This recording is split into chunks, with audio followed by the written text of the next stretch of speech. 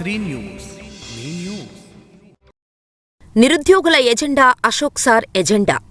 అశోక్ సార్ని గెలిపిద్దాం, నిరుద్యోగ హక్కులను సాధించుకుందాం అంటూ ఈ నెల 27న జరిగే పట్టభద్రుల ఎమ్మెల్సీ ఉప ఎన్నికల్లో మొదటి ప్రాధాన్యత ఓటు వేసి అత్యధిక మెజారిటీతో వరంగల్, నల్గొండ, ఖమ్మం పట్టభద్రుల ఎమ్మెల్సీ స్వతంత్ర అభ్యర్థి పాలకూరి అశోక్ను గెలిపించాలంటూ విద్యార్థులు ర్యాలీ చేశారు.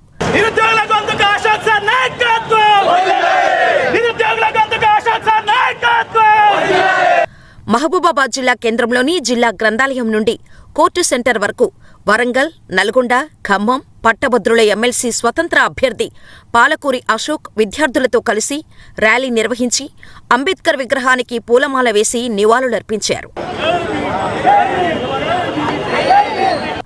అనంతరం స్థానిక గ్రంథాలయాన్ని సందర్శించి విద్యార్థులకు తెలంగాణ చరిత్ర పుస్తకాలను ఉచితంగా పంపిణీ చేశాడు.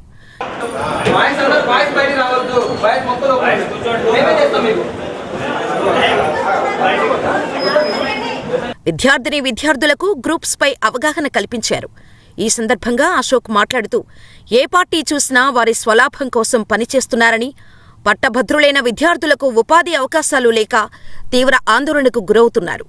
ఈసారి పట్టభద్రుల ఎమ్మెల్సీ స్వాతంత్ర అభ్యర్థిగా తాను బరిలో ఉన్నానని, తనకు బ్యాలెట్ పేపర్పై ఉన్న 18వ నెంబర్ మీద మీ మొదటి ప్రాధాన్యత ఓటు వేయాలని కోరారు. ఎమ్మెల్సీగా ఖమ్మం, వరంగల్, నల్గొండ పట్టభద్రుల నియోజకవర్గం నుంచి ఎమ్మెల్సీగా పోటీ చేస్తూ ఉన్నాను.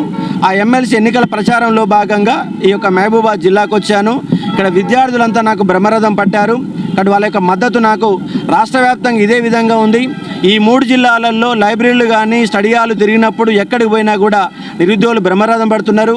ఉద్యోగులు బయటకు వచ్చి ప్రచారం చేయలేరు కాబట్టి వాళ్ళు పరోక్షంగా నాకు మద్దతు తెలుపుతూ ఉన్నారు. ప్రధాన పార్టీలను కూడా కాదని నాకు మద్దతు తెలుపుతూ ఉన్నారు.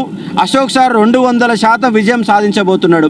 కానీ ప్రధానంగా వాళ్ళు అశోక్ సార్ 200% తోటి నిరుద్యోగుల మద్దతుతోటి, ఉద్యోగుల మద్దతుతోని గెలవడానికి సిద్ధంగా ఉన్నాడు. ఆల్రెడీ నాకు గెలుపు అనేది డిక్లేర్ అయిపోయిన అంశాన్ని ఇక్కడ మీకు గుర్తు